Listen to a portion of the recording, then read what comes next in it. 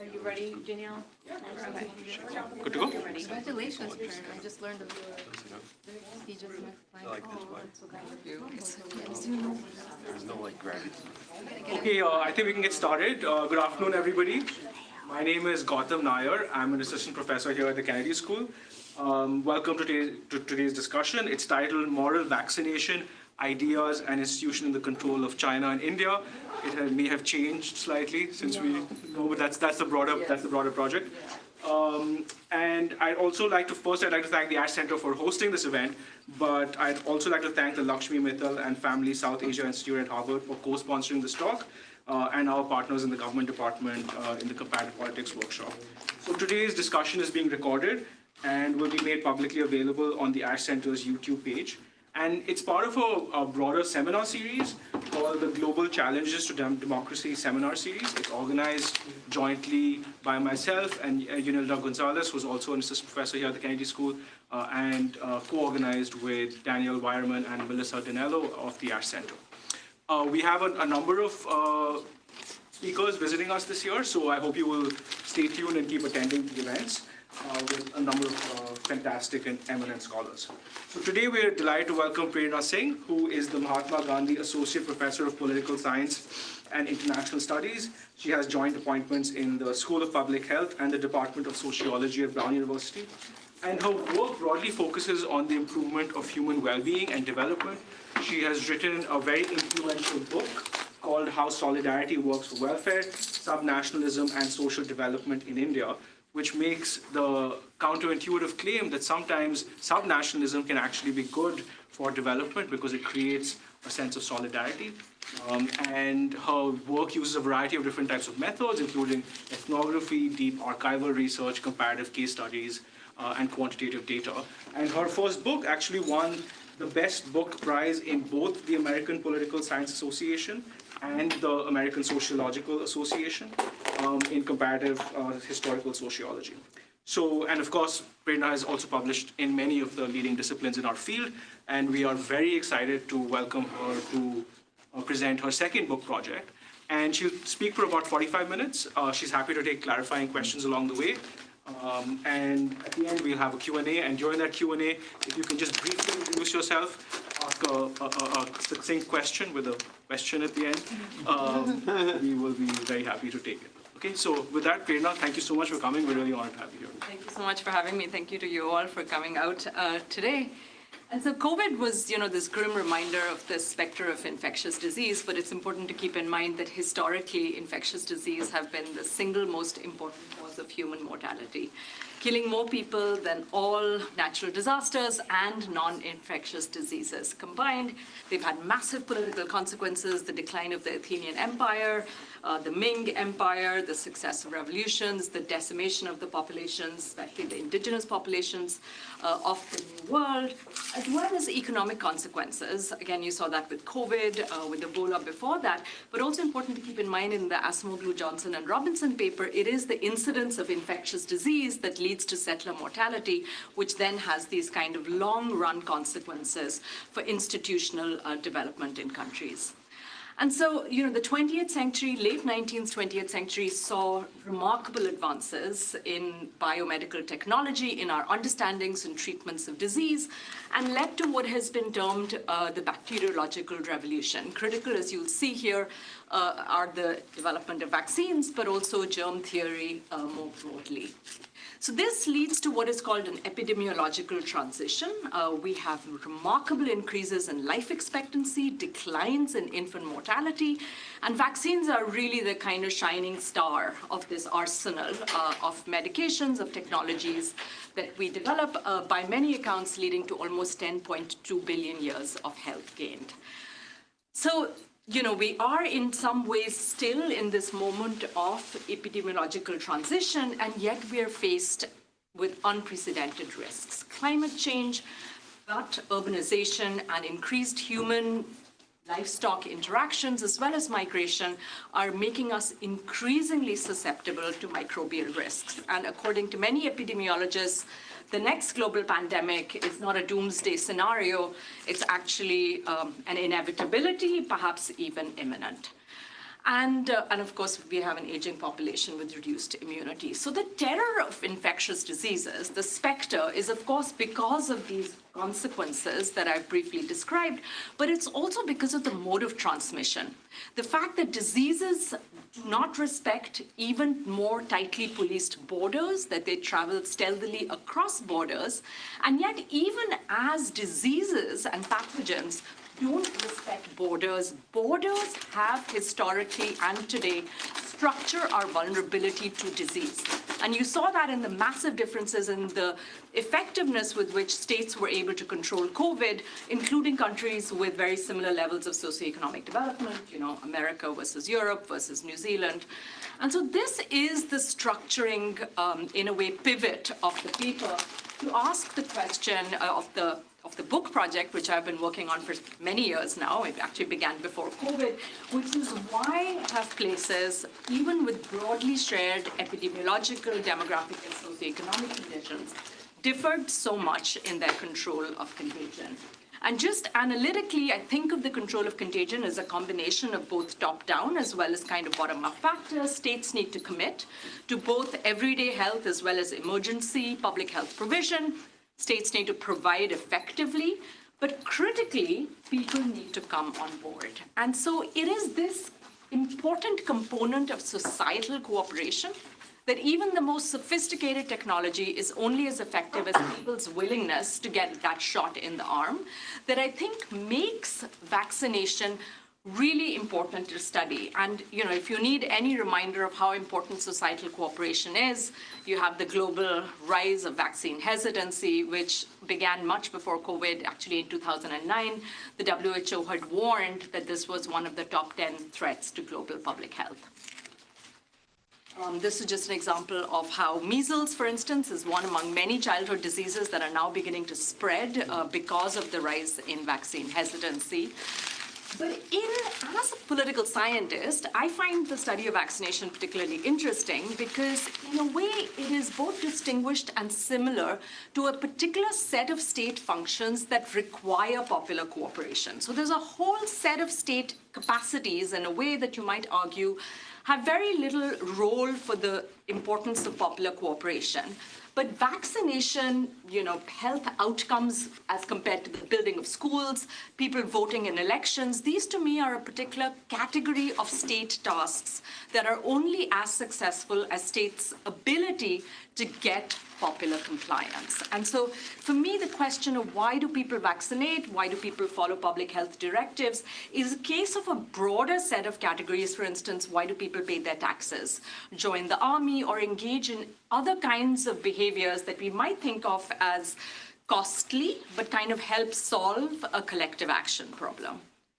And, we can also think of this increasingly in terms of collective action decisions, for instance, around climate change, which I've begun to think about, why do people choose to recycle or reduce consumer food waste, or why do farmers adopt sustainability farming practices? So just to give you a little bit of a window of how I'm thinking about this from a kind of broader comparative political perspective.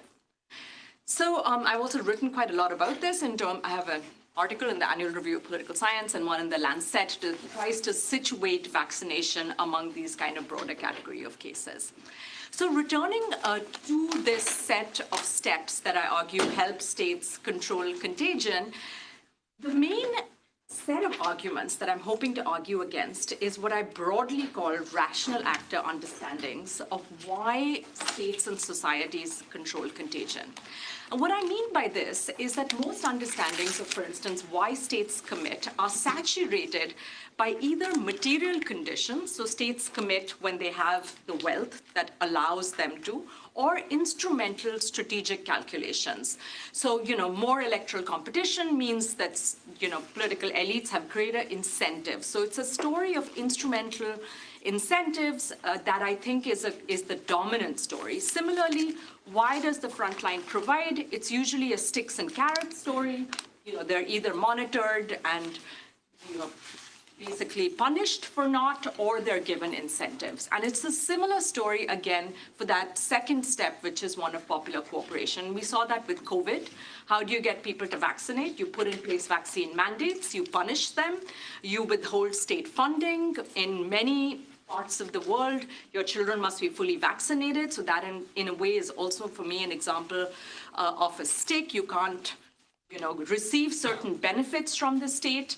And remember again that this was the default strategy that was used to encourage COVID vaccination. Of course, in the US, where you could get everything from marijuana, to lottery tickets, to donuts or guns, but also really in many parts of the world, many countries in East Asia, including, which was quite a pivot for them, in Russia apparently, you could be entered for a lottery for an apartment, cows, grain, livestock, poultry, everything but this is all very much part of this, for me, rational carrots and sticks way of thinking about popular cooperation.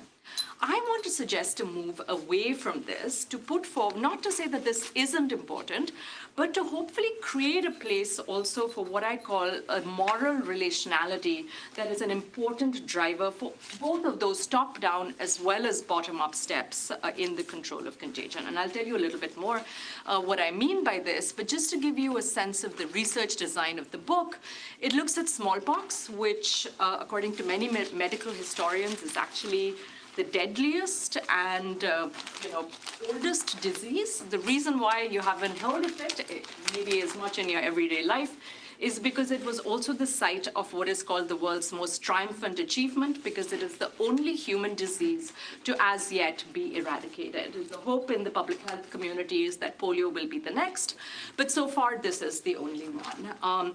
And it was eradicated through the global dissemination, which now when you think of COVID and the fact that you can actually eradicate a disease through the universal adoption of a vaccine, you can see what a huge achievement that was by the 1970s. And the vaccine at the core of this was the world's first vaccine, which is invented, which I put it in quotes, because actually this was a technology indigenous to both China and India that was in some ways co-opted by Jenner. I'm happy to talk about the minutiae of that. But he's usually seen as the inventor of this vaccine, 1798. And by 1975, the world has eradicated smallpox. And so for me, again, as a political scientist, these two starting and end point, which is kind of unique for a disease, allows me a kind of temporal landscape for a set of controlled comparisons. And so it begins with the invention, 1798 till 1974, when Bangladesh and eastern part of India sees the world's last recorded case of smallpox. And across this, I look at two sets of comparisons, empirical comparisons in China and India. And so what I'll be giving you a sense of a little bit today is a paired sub-national comparison of cities within China and India, but this is nested within a larger empirical comparison of provinces within colonial India and a cross-national comparison of China and India, which, I do tend to speak quickly, and so interrupt me, but I'm going to try to see if I can also just give you a little bit of a taste for that. That's the structure of the book. I'll be focusing mostly on the fourth chapter, which, as I said, is the subnational comparison.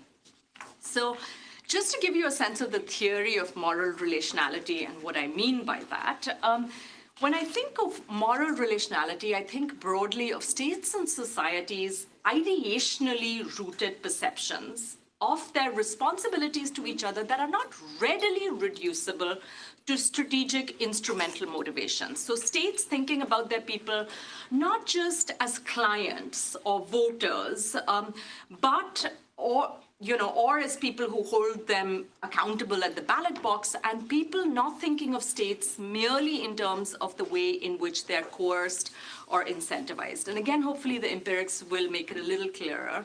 This way of thinking has actually roots in classical theory, so it's a not Hobbesian, but more of a Lockean or Rousseauian way of thinking about states and societies in a kind of moral compact with each other, Tocqueville, but really most critically perhaps Emile Durkheim, who spoke about the instability of relationships that are based purely and only on economic interest, and tried to really emphasize what he termed the non-contractual basis for a contract.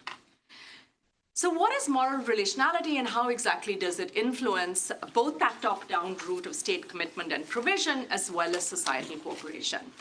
At the root of it are ideas of rule. I'm happy to get into this in more detail, but I succinctly would define them as a kind of principles of rule. So in America, for instance, those could be commitments to individual freedom, to liberty, that define how states engage with society. These ideas of rule, these kind of core beliefs of state ideology, influence the way in which states think of their role vis-a-vis people, and in turn how people view the authority of the state, which then has implications for these steps. So just very quickly on step one, for instance, the way in which, and actually this was something that came to me quite recently when you realize that something you've been working on for many years is actually related to your first project, and you're like, oh, okay. So my first book actually in some ways really was about state commitment, in terms of what are those ideas of rule, of how state view their role vis-a-vis society, as Gautam generously mentioned. It is a counterintuitive argument about the role of a kind of shared solidarity. But that, to me, again, is an example of how it's an ideational story that leads to a state commitment. Vaccines are interesting because, on the one hand, they're both welfare and public health. On the other hand, they are really very clearly a tool of science. And so I argue that an idea of rule that either leads states to perceive their role or responsibility towards society as having an obligation to their welfare, or as an agent of civilization or uplift, again reflecting that dual role of vaccines as both a tool of modernity and science, as well as a tool towards welfare, will lead to state commitment. Similarly, kind of pushing away from strict principal-agent models, I argue that frontline are more likely to commit, not just when they're incentivized or disincentivized, but when they share a sense of connectedness with the principal, the state in this case, but also that in some ways frontline motivation, and this is really underemphasized to me in studies of frontline motivation, many of which are experimental, and it's a really booming topic of research, that this is endogenous to societal cooperation. Whether or not frontline is motivated is really critically related to the way in which their interventions are accepted or not by society, which then brings us to the point about societal cooperation. And I argue that if it is the case that people perceive the institution that is bringing the vaccine and the vaccine itself as morally embedded, as embedded with their norms, values, ideas, and the culture of healing, this is more likely to lead to popular cooperation. And so for this second step of compliance, is the institution seen as morally embedded? Is the intervention seen as morally embedded? And one way to think about this is in terms of answers to the analytic questions. Does the state have the right to do this? Is it right for the state to do this? Do I feel any sense of affective connection to the state? Does this procedure align with my understanding? So remember, vaccines often come for diseases. COVID's kind of different. But often, historically, vaccines have come for diseases that have existed for centuries before vaccines have come along. And so the question is, how did people think about this disease, the place within their kind of lifestyle and broader understandings of health, customs, and practices? And the second part of the affective embedding is, does it remain the vaccine a biotechnical approach, or is it also embedded within what I call emotions towards persuasion? And this way of thinking draws actually on a lot of different research. Just to give you a sense of it, for instance, in psychology, a huge literature on cognitive consonance that goes back to Daniel Kahneman, but also Leon Festinger, that talk about how we are much more likely to take on new information if it links to something we already know. So Festinger is super interesting. In the archives, I found these tourist manuals that he wrote to encourage American tourists to go to France after the Second World War as a way of kind of supporting the economy. And he was trying to encourage them to kind of try frog legs. And he said, look, the way to kind of encourage is to link it to what people already knew. So he said, frog legs taste just like crispy chicken legs. But the idea was really his theory of this schema to link new stimulus to previously understood experiences. It also builds on the role of emotion in decision-making that goes back to Antonio Damasio's experiments, but also Martha Nussbaum, who talks about political emotions and collective life. Again, happy to answer any questions. Hopefully it'll become just a little bit clearer with the comparative case analysis. So I'll focus today on the cities of Calcutta, which was then called Calcutta, today called Kolkata, and Guangzhou, which in those late imperial times was known as Canton. These, for me, are good cities to compare because they're epidemiologically pretty similar because, as you can tell here, they're really in this kind of subtropical belt, which means that they had a very similar load of infectious diseases and a very similar kind of infectious diseases that they faced. These were both large and growing cities with high rates of migration and a fair degree of diversity and relatively high literacy rates compared to other parts of China and India. They were, unequal cities as they are today as well in terms of a vibrant commercial life, but also, many people who lived just on the cusp of subsistence. And this is a very mediocre piece of art, I've been assured by every art historian, but it's actually from the Peabody Essex Museum up in Salem. What I love about it is that these are brothers who are actually called the Money Brothers. And on the extreme left is Robert Money, on the extreme right is James Money, and they are each pointing to the cities of Calcutta and Canton, which show to you the importance of these two cities in that opium tea trade that was really the lifeblood of British colonialism. So again, therefore, politically important cities, both at that point, Calcutta is really the capital of the incipient British Empire. Canton is the administrative center for southern China. Again, happy to talk about these. But as I said, what's really critical for me is that the infectious disease burden's high. They both also have, by this time, a long history of experience with smallpox, which is one of the #1 killers. So the other thing is that they both have a high rate of variolation. How many of you know what variolation is? Okay. That's going to lead me, I can talk about variolation for a very long time, but just to give you a sense of it, it is the precursor to vaccination. For those of you who are from India or are familiar, the word tika actually means variolation that was then repurposed to refer to vaccination.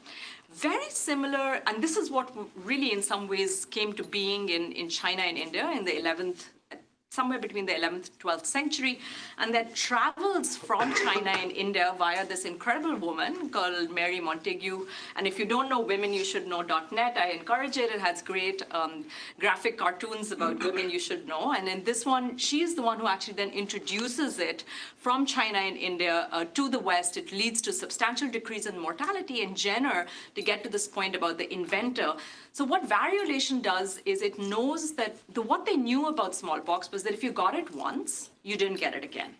And so essentially what a variolator would do would take scabs of smallpox from somebody or from a child who'd had a very mild case of the disease. So say Gotham got smallpox, the tikadars, the variolators, would come collect some smallpox matter, a scab, and would then dilute this matter and then come to a village the next season and inoculate or in some ways pre-vaccinate everyone with that. The big danger was that you were still getting smallpox. So once in a while things could go horribly wrong. You could get a really bad case of the disease and die, or worse, you were still contagious. So, you could be variolated and then your mom could send you to play in the playground and it would set off these cases of wild variolation. Jenner comes along.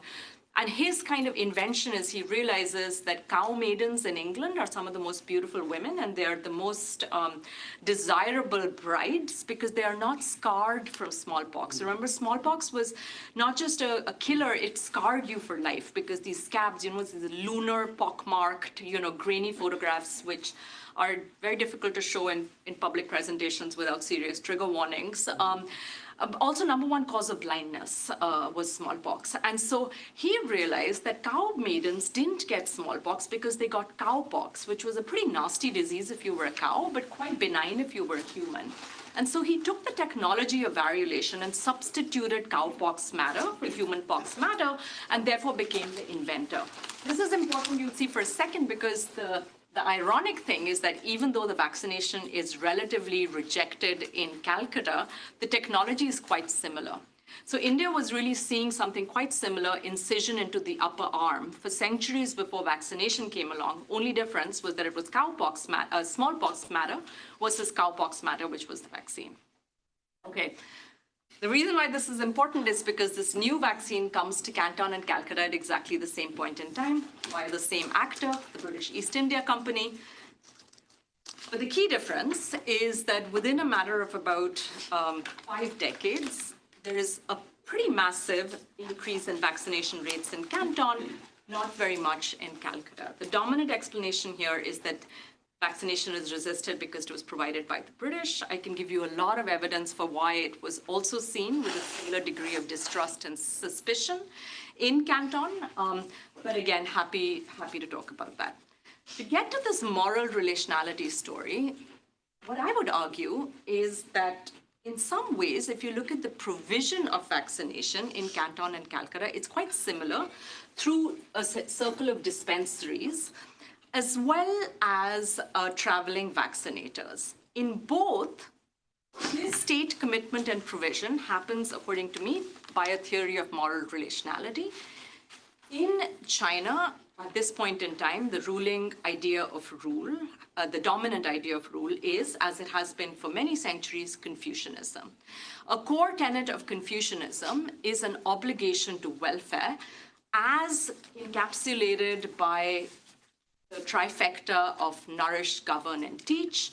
Along with Confucianism, an idea of rule is the mandate of heaven. Your legitimacy, the rightfulness of a ruler, is one who upholds the mandate of heaven and a provision of welfare, whether that is, for instance, through famine relief or building of granaries or the provision of welfare, is absolutely critical to the legitimacy of the ruler. I argue that it is this idea of rule that allows, the imperial Qing state to have this long-standing commitment to welfare and health. The interesting thing is the idea of rule, I would argue, in Calcutta at this time is colonial modernity, which is interesting because it has two commitments, not so much to the obligation to popular welfare, because this is at the end of the day extractive colonialism in which economic interest is the driving force, but it also has equally a civilizing mission. And the vaccine is interesting because if you look at the personal correspondence of the East India Company officials, they realize this is the first time that they have something that they can really project onto the population of India as an example of European superiority and benevolence. Because up until this time, they're really learning, quote unquote, from the natives, right? So quinine is coming from Latin America, they're understanding materia medicas from India. And so the vaccine, kind of colonial modernity, comes galloping into India on the back of the vaccine. And so people like Macaulay, people, at that point in time, like James Mill, are very aware of the potential of vaccine to really begin to sell an idea of European superiority to the Indians at this point. So along with the idea of rule being Confucianism and Qing commitment, you also have a Qing commitment, as I said, it's nourish, teach, and govern, to really spreading their idea both to the gentry, who then become the main providers of the vaccine, but also to the people at large. This is mostly through the civil service exam.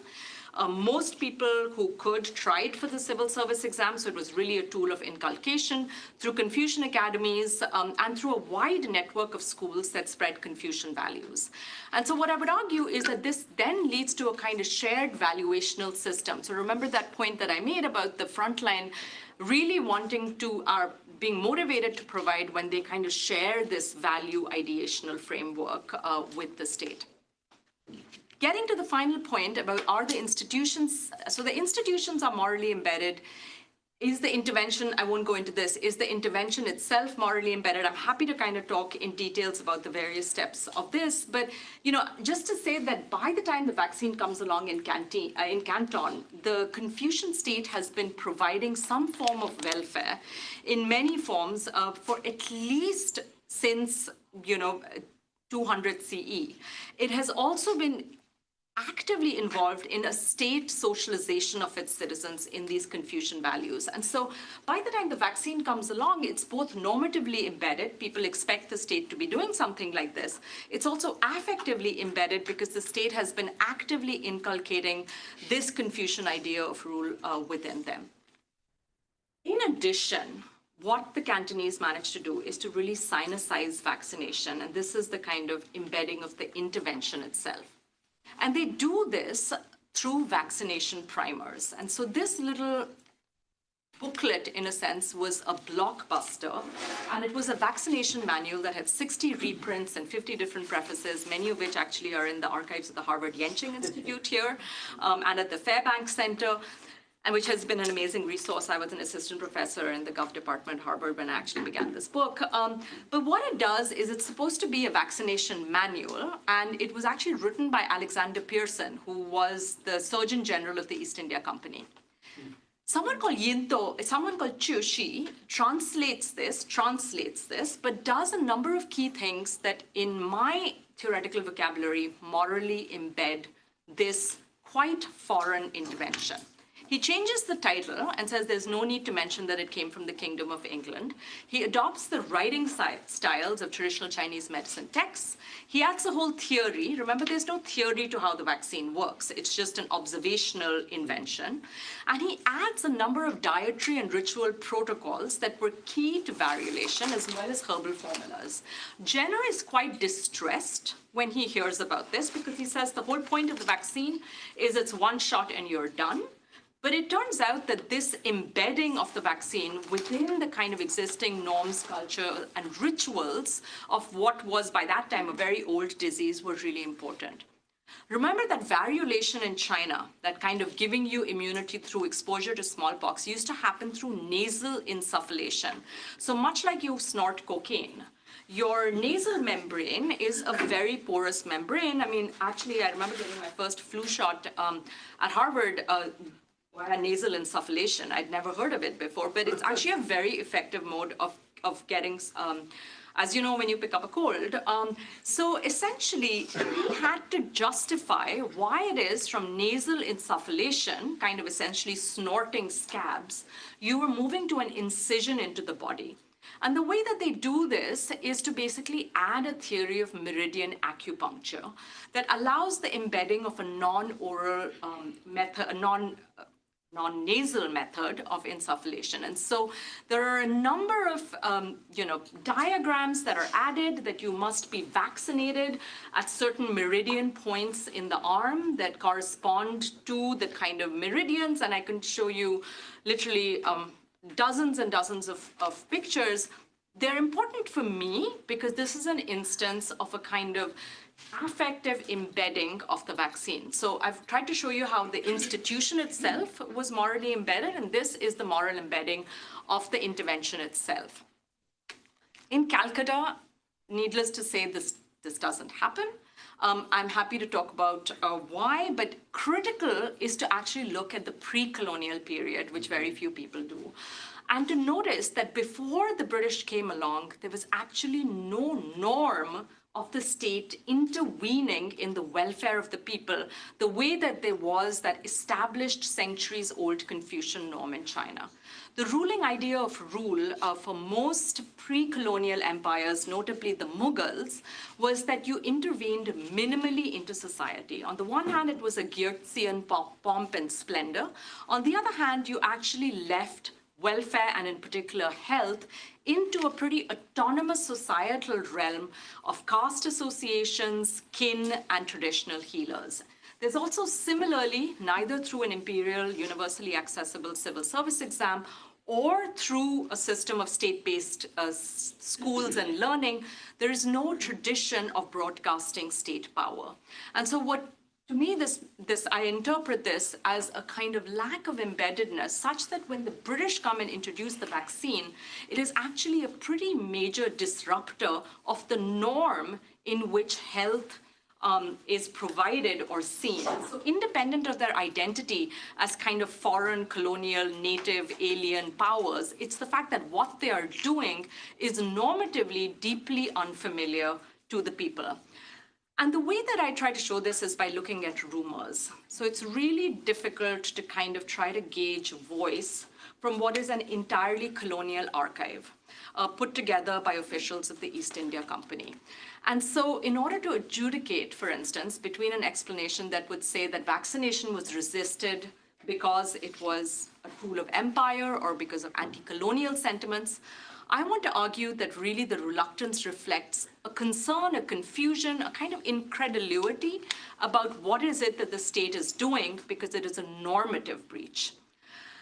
And so one of the ways that I think you see this in the archive is to see that the resistance is framed much more in terms of, oh, you know, we are afraid that this vaccine is going to lead to greater taxation. Because remember, that is the number one and perhaps in many ways the only thing that states in India did before the vaccine, which was collect taxes. And so again, and you know, the other way, of course, is that it's transgressing its traditional normative domain is because they link it to some of the other things that the British are doing as a state, which is the railways and forced labor. Now, I think it's really important to contrast this because rumors are not specific to India. They're happening everywhere. You know, vaccine hesitancy is as old as vaccines itself. And so if you contrast the way in which rumors spread in 19th century England, it's very much about the side effects of the vaccine. So for instance, this was a very popular poster that if you look closely, you can see that, you know, this poor woman has developed a snout. This person has a hoof. He has a little cow emerging. It was very much about this fear that you would have this kind of anthropomorphic transformation associated with the bovine element in you. This one is very much about deadly side effects. You know, a key theme is the encroachment of liberty, but it is very much side effects and liberties. That is not the rumor you see in the colonial archive in India. So, you know, and for instance, just to give you a sense that, you know, there's almost our kind of hypothesis going in was that it might have to do, you know, fears about conversion to Christianity, almost none. I mean, this is the 19th century. Things change in the 20th century. You know, there's a huge concern that really this intent is not to vaccinate at all. They're doing something else. That is entirely absent in the rumor archive in England. And what is it that they're trying to do? Well, really, they're trying to tax us because that is the normative understanding of what states did. Also, really interesting set of rumors that I'm happy to talk about that related to the railway goddess. So the railways, remember, are one of the first things the British do because of their imperative as a colonial extractive economic power. And so as the railways are being constructed, there's a lot of fear that vaccines are actually a way to kind of appease the goddess of the railways. I'm happy to kind of talk about, but the key point I would like you to be able to take away from this is that to me, this kind of analysis, and these are essentially, we looked at every single vaccination report from 1805 to 1908, compiled every rumor we could find, and then 3 research assistants kind of, you know, tried to kind of code every single rumor. And remember, I will say that these are rumors that are reported. Unfortunately, we still don't really hear the voice of the people in a way unfiltered. This is colonial officials reporting the rumors that they encounter. So it is a selection of popular rumors reported by East India Company officials. But to me, they really kind of are about the lack of the normative embeddedness of the vaccination. It's just seen as a breach in norm. Okay, I'm going to try to wrap up quickly. I'm happy to talk about the other parts of the argument. But the other part that I want to emphasize is that their idea of rule, colonial modernity, also leads the British to condemn what is a very clearly adjacent and inspiring technology, which is that of variolation, as backward and dangerous. And so they're at great pains to deliberately and consistently obscure and obfuscate the link between the tika, the variolation, and the vaccine. So for instance, this is from Harish Narayan Das, who talks about how variolation was embedded within this kind of ritual of, you know, cooling food, you know, cold bathing, because it was a heat. It was a fever, it was an eruption, it was a disease of heat. Interestingly, very similar in Chinese medicine as well. But they really want to kind of get rid of this regimen of care entirely. So unlike the Chinese, they want to get rid of any seasonality. It used to happen in spring. They want to get rid of any propitiation of the goddess of smallpox or any way that it might be linked to variolation, because remember, colonial modernity wants you to see this as European benevolence and superiority. And so David Arnold talks about the raw secularity of vaccination. And again, you see in the colonial archive that the principal objection to vaccination was that it was seen as an affront to the goddess of smallpox. And that happens again because of this kind of divorcing of smallpox, the lack of vaccination from the traditional ways of dealing with smallpox. So neither is the institution nor the intervention morally embedded. This is your kind of 2x2 for political scientists. So the greatest likelihood of compliance, I would argue, happens when you both have the embeddedness, and this is that second step, which is popular cooperation. When you have both the embeddedness of the institution and the intervention, that's what happens in Calcutta. For the most part, you have neither in Calcutta. But just to give you a sense that there were some instances in which you managed to actually have the embeddedness of the intervention, and in those instances, you do see success. So for instance, there are these instances in which middle-class households said, okay, fine, we'll agree to get vaccinated, but we want the priest, we want the goddess, we want our regimen. And so, even David Arnold, who's usually seen as a representative of someone I'm arguing against, because he would say this was a tool of empire, concedes that when vaccination was accepted by middle-class households, it was, in my terminology, because it was morally embedded. There's something quite similar that happens in Madras called the Pious Hoax. This one is by East India Company officials who try to write these letters saying that actually because vaccine is from the cow is revered in Hinduism. This is something that actually is quite, so again, to me, that's an attempt at moral embedding. The other question to ask is, if variolation is so new, and remember, India is a caste society, and yet it has no problem taking matter from other children and putting it into your arm that should be seen as a major caste polluting taboo, how is it that variolation becomes so popular? And for that, I would argue that it was deliberately embedded within the technologies of healing before variolation. It was very much seen as a kind of part of the worship of the goddess. I'm happy to talk about this in more detail, but the essential point that I want to make is this is not a just so story about the global south. This is what was happening in Europe as well. And so in Europe, again, when there's a lot of vaccine hesitancy, as I tried to show you from those posters, there are actually active anti-vaccination leagues. There are riots in many parts of England. And the interesting thing is one way that vaccination is made more palatable is, to me, is a very similar process of moral embedding, by which, they say elaborate regimen of cathartics, diet, and rest. Through such elaborate medical accompaniments, it's a calculated effort to increase the physician's fees. That's one interpretation. But these preparations might be seen as a means of assimilating an anomalous procedure into the accustomed, for me, normatively familiar, picture of health and disease. The argument extends empirically into the 50s, 60s, and 70s. Broadly in China, they find a way to do this again through the anti-germ, nationalism essentially is that moral frame. So vaccination becomes embedded in the patriotic health campaigns. It becomes a duty, and it's interesting that some of these posters are repurposed, first in the vaccination campaigns in SARS, and then also in COVID. So you vaccinate because it is your moral duty to the nation. India actually, unfortunately, sees the opposite. And so this was this very problematic poster that was initially published by many state governments in India and then was revoked, in which you see again this kind of Superman-like figure attacking what was called the Asur, the demon of smallpox. But yet, remember, smallpox was a visitation from the goddess. And so they realized this was actually being quite counterproductive. Eventually, a key moment of what I call moral embeddedness in India in the 50s, in this really the 70s, was when they realized that people will hide from the vaccinator, but they will not hide from the goddess. And so they began to provide the smallpox vaccine within the precincts of temples. And Larry Brilliant, who writes in some ways the authoritative account of the eradication of smallpox, talks about the way in which they mobilized the images of Sitala and her worship in order to get people on board.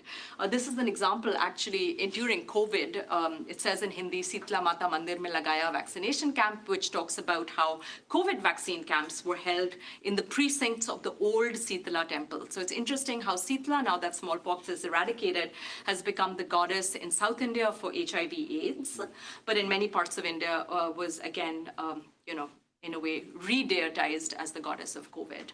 Again, examples of that moral embedding is how they talked about fighting Sitala's scourge. These are actually vaccinators from the CDC and WHO.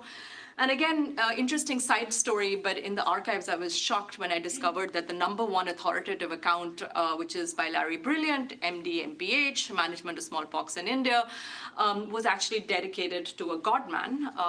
Actually, I would call him really more a kind of really powerful spiritual leader called Neem Karoli Baba, who was also, many Americans during that period in the 70s came to visit him, including Steve Jobs, who then asked Larry Brilliant to go in. A long story, but to me, this is the kind of roots of those moral embedding that happen in the latter stages of the smallpox eradication campaign in India. I can give you other examples, but I want to just end by saying that I've taken you into a deep historical neck of the woods, but I do think that this has really important implications for contemporary public health. I hope, I don't need to tell you that this is an urgent and growing challenge, particularly with what's happening in America and the world today. And you can see that there is this kind of seeming tension even today between the widespread and growing popularity of what are called traditional complementary and integrative medical techniques and vaccine hesitancy. So this is actually from the WHO, which has recently developed a kind of special cell for looking at these alternative healing technologies. These are actually increasing, and again, they seem to be in tension with each other. I hope to kind of put forward through the book a kind of novel moral approach with hopeful implications, which is a kind of difficult trajectory to tread within public health today. And this is a New Yorker cover from a few years ago, and it talks about how, again, actually in the context of medical decision-making, why facts don't change our minds. And it refers to the many studies that show that giving people more information about vaccines does not make them more likely to vaccinate. And so I hope to kind of complement what is a really hand-wringing, understandably frustrating idea that really scientific facts and information don't seem to change our mind, to try to kind of talk about the underemphasized, but I think powerful moral motivations and moral frames that actually have been shown historically to change our minds. And as Yanilda mentioned, I just recently got a big grant from the German federal government, the Max Planck Humboldt Award, that is hoping to kind of allow us to test this logic of vaccine decision-making to come up with moral guidelines, and this work will happen in association with the WCB, the Berlin Social Science Center, McCartan Humphreys, actually I think who did his PhD at Harvard many years ago, and Julia Newfiend. But thank you so much. I know that I've spoken fast and taken you through a lot, but I look forward to your questions.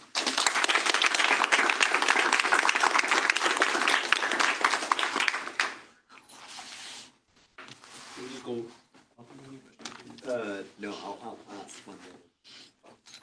Yeah, thank you so much for your talk. This is a bit of a broad question, so feel free to answer any part of it. But I'm just curious a little bit about the imbrication of caste specifically and vaccine hesitancy. So the first part, I was just kind of curious about whether in the sort of rumor data that you looked at, whether there was any sort of specific hesitance on the part of lower caste people, considering, obviously, those populations have been pathologized as inherently unclean, and whether whether this sort of intervention based on cleanliness is in any way alienating. And then related to that, I was curious whether some of these attempts at moral embedding that you described, such as doing vaccination drives in temples, or sort of using traditional religious stories, whether that whether there's a possibility of also alienating lower caste folks, considering for example, they're often excluded from spaces like temples, or sort of might be alienated by those stories. So yeah, a bit broad, but just the intersections. Is that going to collect or answer? Why don't you take a couple more? And then Yeah, Prerna, terrific talk. This is a question kind of going forward about you and your approach to this. So do you think that if you went into a different society with some vaccine hesitancy, Dorchester or somewhere in Latin America or Africa, or even maybe a place in India that you haven't lived, do you think you and McCartan could read enough and know enough about that society to construct an intervention that properly embeds so that there would be high take-up, which is kind of an imperial way of increasing vaccine take-up? Or do you think, no, I cannot possibly know enough about this place, And I would need people from that place to actually buy in and help me with this project, which is a more organic, intellectual, somewhat less imperial dominating path. Do you think number one is possible? Why do you go ahead? Yeah. So I think the one thread that kind of links, sorry, I missed your name. Prerna. Prerna.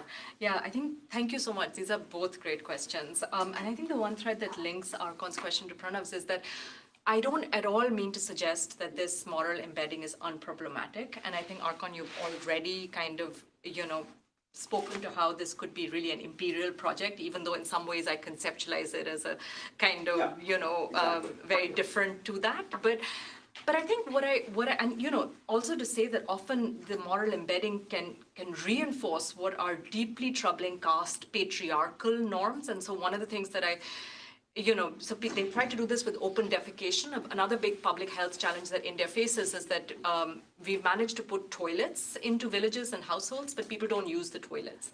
They kind of repurpose the toilets for like washing clothes or an extra room in the house. And so open defecation, which is a major public health challenge, has not declined even as the availability of toilets has, which gets to that importance of popular compliance. But, there are folks who really tried to kind of use this moral embedded approach to that. And, there's a way in which it kind of deeply reinforces patriarchal norms about the role of women, because it turned out, talking about understanding what are the norms around this, that often going out to, take a dump in the fields is the one time when the women are allowed to go together as women into the fields. And so it's a kind of practice that kind of allows them both sociality, social capital, and autonomy. And so what does it mean? And the many ways in which they try to morally embed or affectively embed the use of toilets was to try to tell the men, don't you want your woman not to go out in public? So why doesn't she use the toilet in your own house? So there's just an example of how I actually really don't believe that this is like the one-stop solution to everything. And I think as in everything, you have to be extremely careful. But I think to your point, I don't so just to clarify, that isn't the intent at all. The way that the project is hoping to work is to use these historically distilled logics and then to kind of begin very much not just an active partnership, but in learning, and also to be open to the point that the moral approach need not always work. Maybe you actually don't need to culturally embed it. Maybe it's an access story. Maybe we just need to kind of get the vaccination camps there. And so I think, the answer to the question is that they did this with the Gates Foundation and antiretrovirals, where they began to work with sangomas in South Africa, and a way to kind of allow the sangomas to be the kind of providers of the antiretrovirals in South Africa. And I think, again, that's very much a kind of, that was a kind of top-down international multilateral agency realizing the challenge it was confronting and then trying to understand that local ecosystem of healing and seeing how they can work with it. I think we'd hope to do even better than that and not allow for something to falter and actually really begin. So we have a kind of what we call a questionnaire, and so it begins for almost 8 months before we go in at all, with just simply open-ended questions about how do you understand sickness? What do you do when your child gets sick? How do you think people get better? And then to kind of track people to see where it is which are the various sites that they seek care, not just limiting themselves to, biomedical interventions and others, and to do that as much as we can from a kind of open, non-generous and place of empathy and understanding. But yes, absolutely. Yeah, thank you so much. Go ahead. Oh, okay. Thank you so much, Dr. Singh. This is fantastic. My question is, what's your take on this? Is what you described? This is a moral embedding vis-a-vis ideology or propaganda embedding, especially from the government's policy perspective. Because back in the 19th century, modernization itself is an ideology, might now be very popular among society. And from that perspective, if this is if this is ideology embedding stuff, this is not new to our society, right? The government using some social fabric or existing social institutions to promote specific ideas or policy. And I can relate that very much to existing RFK's anti-vaccination policies and that's connection with the conservatisms in the U.S. Like, how do you kind of parse in this in your story?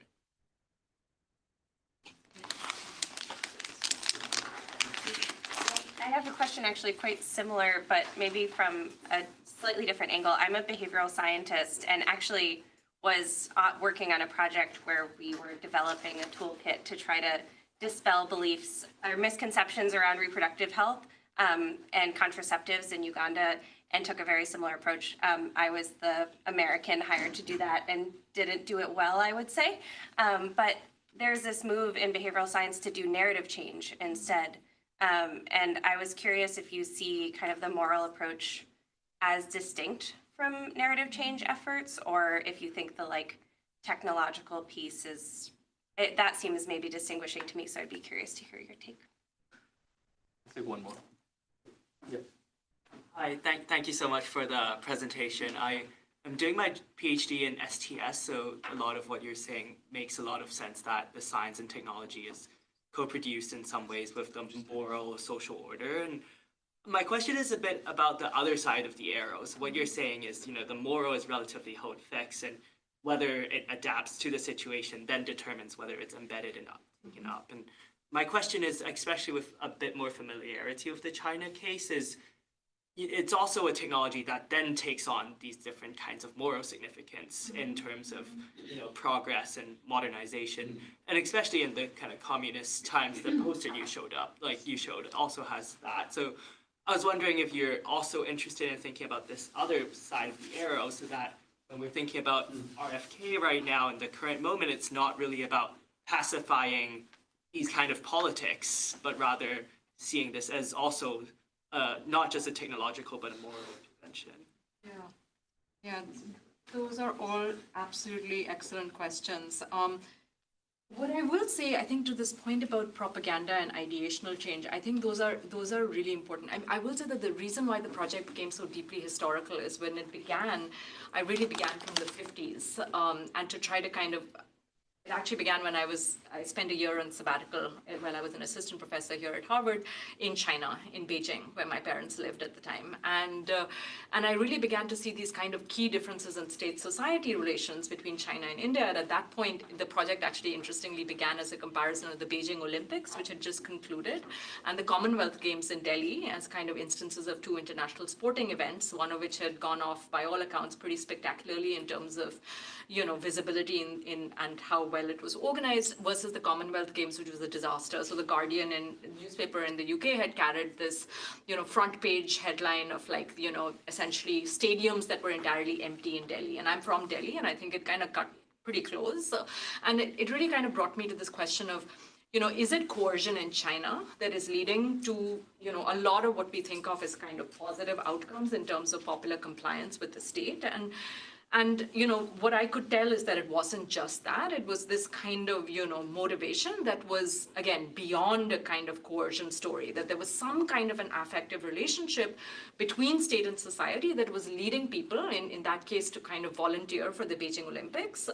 In India, the big story was that all these volunteers took their kits and their uniforms and then disappeared. They just didn't show up, because it turns out that especially for round one of archery, which nobody really wants to pay to see, those people in the audience are the people who are the volunteers, who are there to kind of make it an actual sporting event with an audience, and people just didn't show. And so it did, and that's kind of why, to me, that historical part is important, because I want to show that this kind of compliance existed even before the kind of rise of the communist authoritarian regime in China, and that it existed in imperial China, and to also show that, in a way, the state that faltered more in terms of popular compliance was democratic India, even when it did not stop short of using coercion. So the idea that democracies don't use coercion is, of course, as we know, is in that sense completely misguided.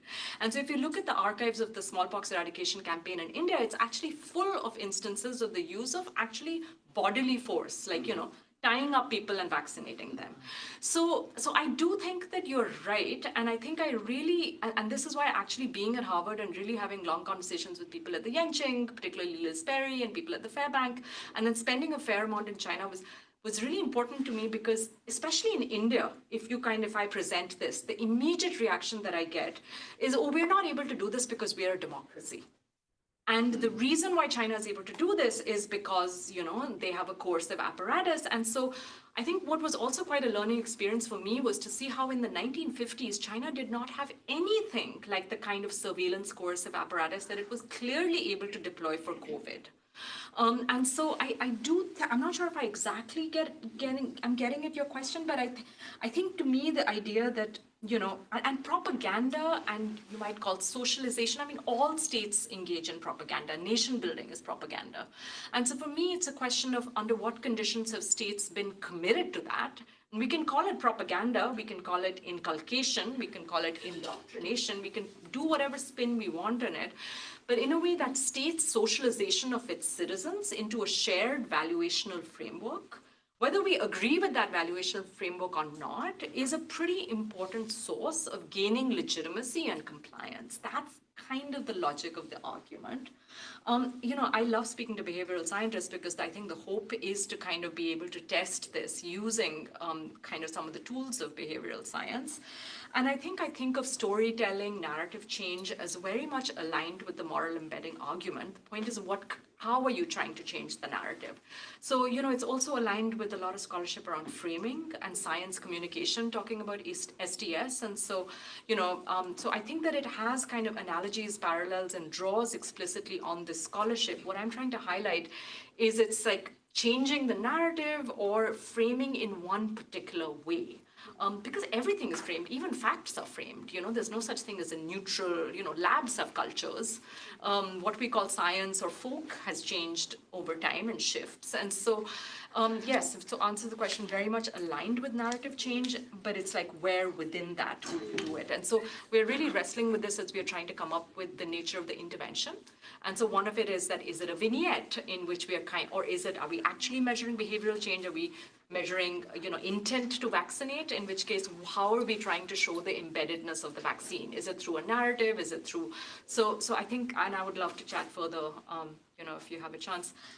I think your point is really great. Technologies become tools, and they take on this morality. It's what happens in the 50s. And so I didn't get a chance to talk about the early 1950s in India.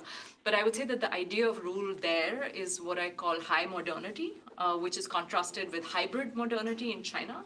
And high modernity, which again is under India's first democratically elected secular leader, Nehru, very much becomes a kind of fascination with science as a tool of development. And so he often says, he has this kind of infamous quote, that dams are the temples of moral India, and he says, if I have a religion, it's science. And so there is a way in which, I argue that that's actually is quite a disservice to the way in which the secular Indian state, because of this discourse of high modernity, is never really able to make inroads into popular consciousness. And you see that in its inability to get people to vaccinate. You also see it in their inability to, for instance, farmers take on a lot of agricultural modernizing technologies. And, just to kind of put this in provocative new terrain, I think that's where the success of the present regime, the BJP, actually lies, in being able to kind of, in a way, speak this language of moral embeddedness, which in the 50s, this kind of high modernity, scientifically oriented state was very explicitly and deliberately not able to do. Hi. Sorry. No, please. Well, thank you so much for the presentation. Very fascinating. I have actually two questions. One is this role of the state, and it has been addressed before. In terms of being an imperial state, obviously the legitimacy that the state enjoys is a little bit different. And I wondered how you were treating princely states, given that they were not directly under the British administration. The second was, I thought, just in terms of the theoretical underpinnings of this, like paying taxes is very different, I would think. I mean, because there's a punitive logic to it, right? You don't pay taxes, there might be some action against you. Like joining the army, there is high risk, but then there's also benefits, like people who are economically disadvantaged often join the army because there's like those benefits that come with it. And recycling is a completely different, I would think, like when you're recycling, you might be doing it for a purely belief system or sort of a framing, right? So I wondered this theory of moral relationality to the state, whether there were some instances that this applied to more than some other instances, and whether you were how were you thinking about that? Oh, yes, but we have one. Sorry, I had quite a similar question. If you consider different, like the effects of different modes of colonialism, especially the way that it sort of organized itself in the localities that you studied. And second question is, if you considered, I mean, you said that you're sort of going to continue in that. If you consider maybe some sort of narrative studies within the messaging around COVID, and particularly related to sort of negative moral implications of not being vaccinated. I think like in Europe they were very interested, very much like leaning themselves to like different sort of cases of very different moral messaging. Take these. Sure. Again, really great questions. The princely states, so most of what I focus is on directly ruled India, which, as you know, is not the majority of India. Majority of India is indirectly ruled. But just because of an access to an archive, because the princely states also don't come with the kind of degree of attendant documentation as the directly ruled parts of India. But I think that by that logic, I would think that the possibility of moral embedding might have been greater in indirectly ruled areas. And certainly if you go to the logic of the argument, someone like Lakshmi Iyer has certainly shown that kind of contemporary developmental outcomes are better in indirectly ruled versus directly ruled areas. But I think that that's a really important distinction that you refer to. I'm going to push back a little in terms of the kind of putting vaccination as a case of, a kind of set of cases, for instance, paying your taxes and joining the army. And the reason why I do that, why I think I would push back, is because in some ways you're right. People might, in both of these, so one, the punitive aspect of it. As I tried to say that, the default strategy that states have used has been a sticks, carrots approach. And so through history, there have actually been pretty serious punitive consequences for not getting vaccinated. Compulsory vaccination laws are very old. They've always led to, a huge amount of resistance, but there are kind of punitive, whether that's incarceration or it's a loss of liberties. I mean, think of vaccine passports. On the one hand, you can go get your hair cut and attend a club. On the other hand, if you don't have a vaccine passport, you essentially are stuck at home. And so, I think that kind of punitive aspect of it is actually common. The other thing is, yes, people do a lot of stuff for purely belief, because of beliefs, and certainly that is, very much the case for vaccination. But to me, it is very much a collective action problem, because in a way, your most rational strategy is to not get vaccinated, because, there's the pain. It's the fact that you feel pretty crummy for a day or two, depending on which vaccine you got.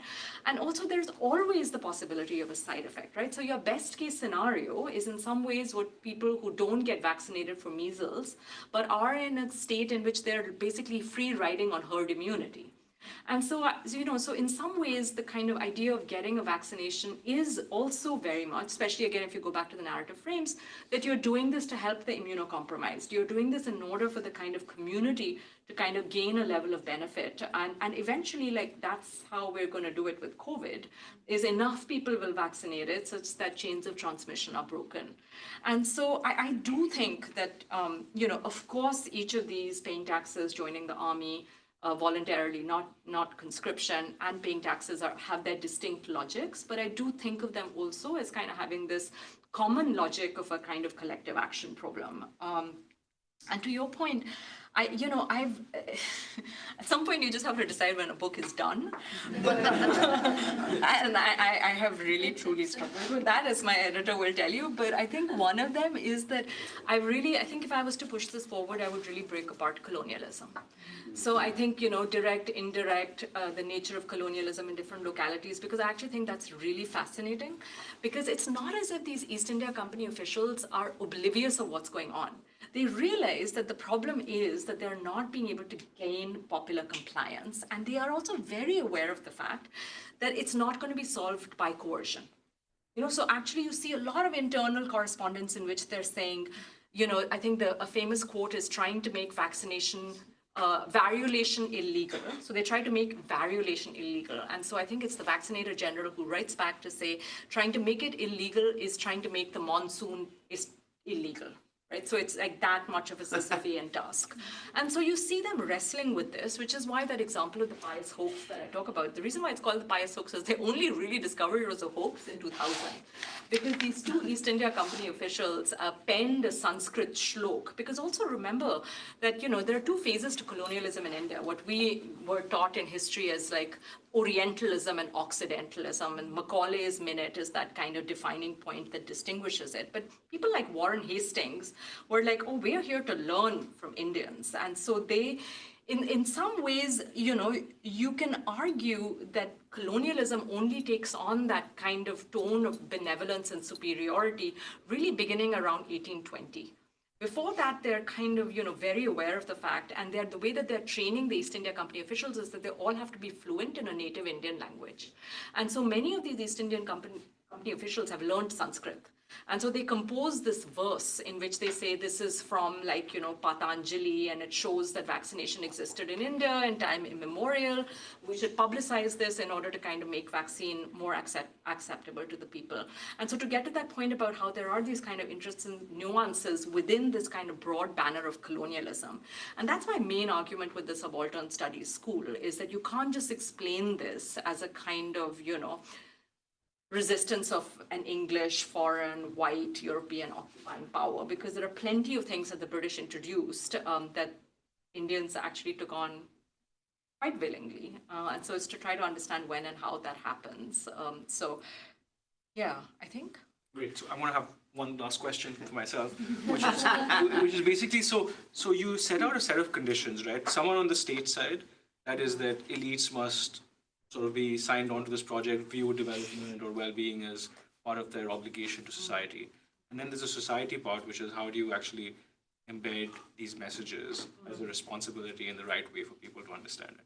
Now, when you compare your two cases, there's both this longer Chinese state history of, being interested in their subjects.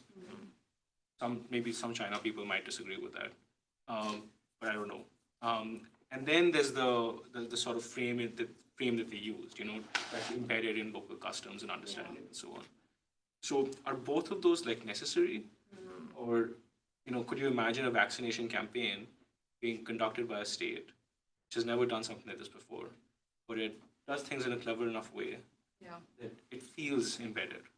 Or is one or both always required?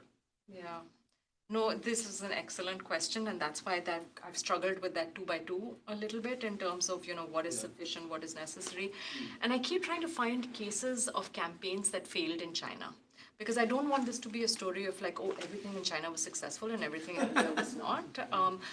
And so it's interesting, and I don't know if I have like a theoretical answer, but I can certainly point to certain historical cases in which you can see the kind of analytic ability to separate out the two.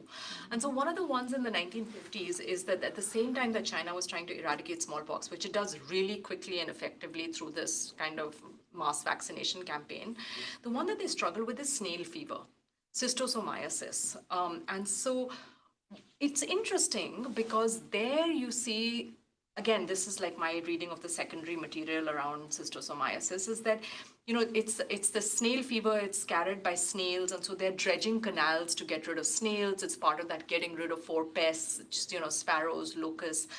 And you see that there is a kind of popular resistance to this campaign on the part, not just of the people, but the CCP cadres themselves.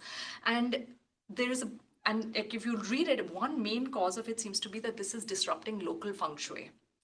And so they talk about how this kind of like massive dredging is kind of disruptive of feng shui. And there's actually a book recently from Princeton University Press that talks about this kind of the importance of the respecting of feng shui in a lot of these kind of big infrastructure projects that the Chinese state has undertaken. And so that to me is an instance of like, okay, the institution itself was clearly embedded because it was coming with the same kind of normative authority, overladen with the legitimacy of the early communist, period in the 50s.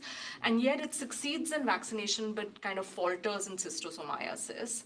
And so that faltering seems to be because that component of the local moral embedding is absent. They are not able to link it to feng shui. It's seen as, so the same way as it was seen as an affront to Sitala, it's seen as an affront to, so some kind of like moral disjuncture. So that's one instance that I think that I certainly have like a fair degree of historical archival evidence to show that this happened. But the thing is that the two do seem to go together in China for much of the cases that I'm looking at. And so it's again like, trying to look at cases in India when they're able to do that. So like, them using the Sitla temples as vaccination camps. That to me, again, it doesn't change the moral embeddedness of the institution.